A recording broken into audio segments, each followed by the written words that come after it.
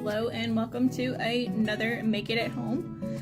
This week you guys can pick up a beaded wind chime kit in the As. This is the example.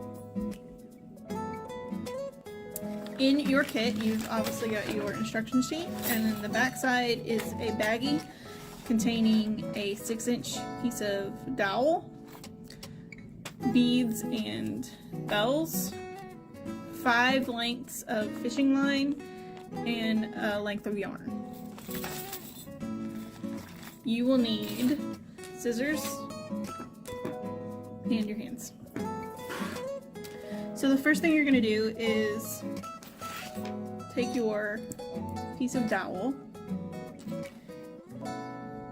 and your fishing wire, and you're going to tie knots around the dowel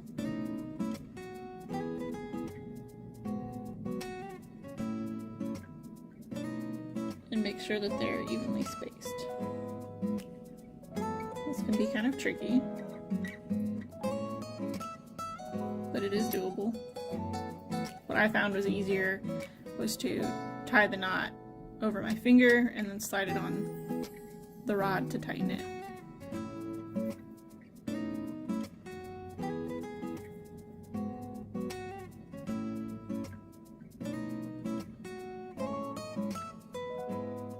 And you want to make sure you do at least a double knot to help keep it secure. Okay.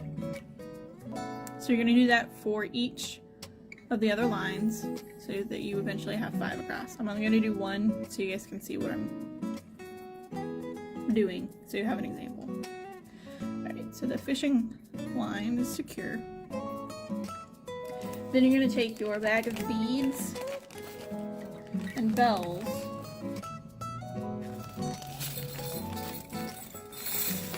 and you're going to make 5 different designs, 1 for each line. You can do like I did with the example and make it rainbow, or you can make it totally random. It's up to you guys. But it does help to lay it out before you start to bead. So whatever's at the top is what you're going to bead first. You want to use about 25 beads per strand, give or take, just to get the right length for it to balance well.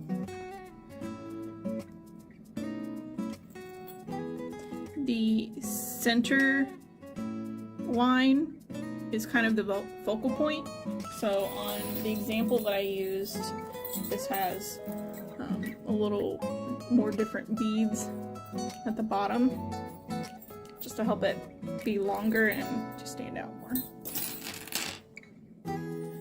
So again, you're going to do about 25 different beads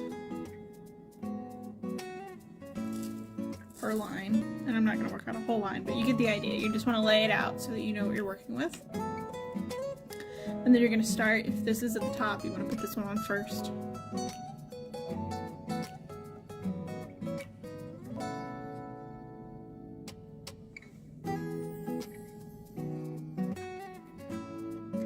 And then once you get that last bead on, you're ready to add a bell.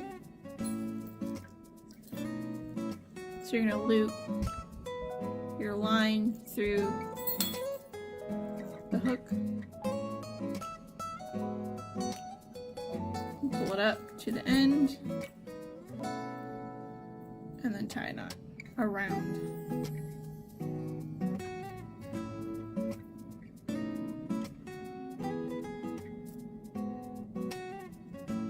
The bow. Make sure you keep it tight to the bead, that last bead. And again, make a double knot to help keep it secure. And then you can use your scissors to trim off the excess.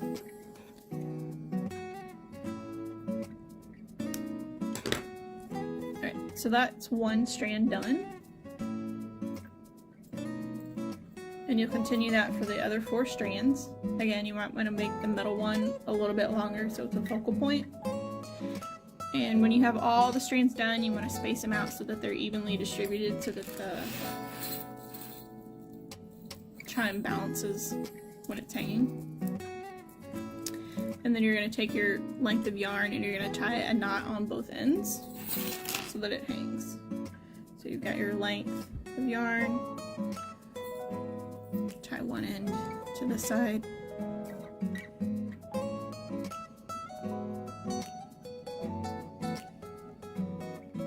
and then tie your other end to the side.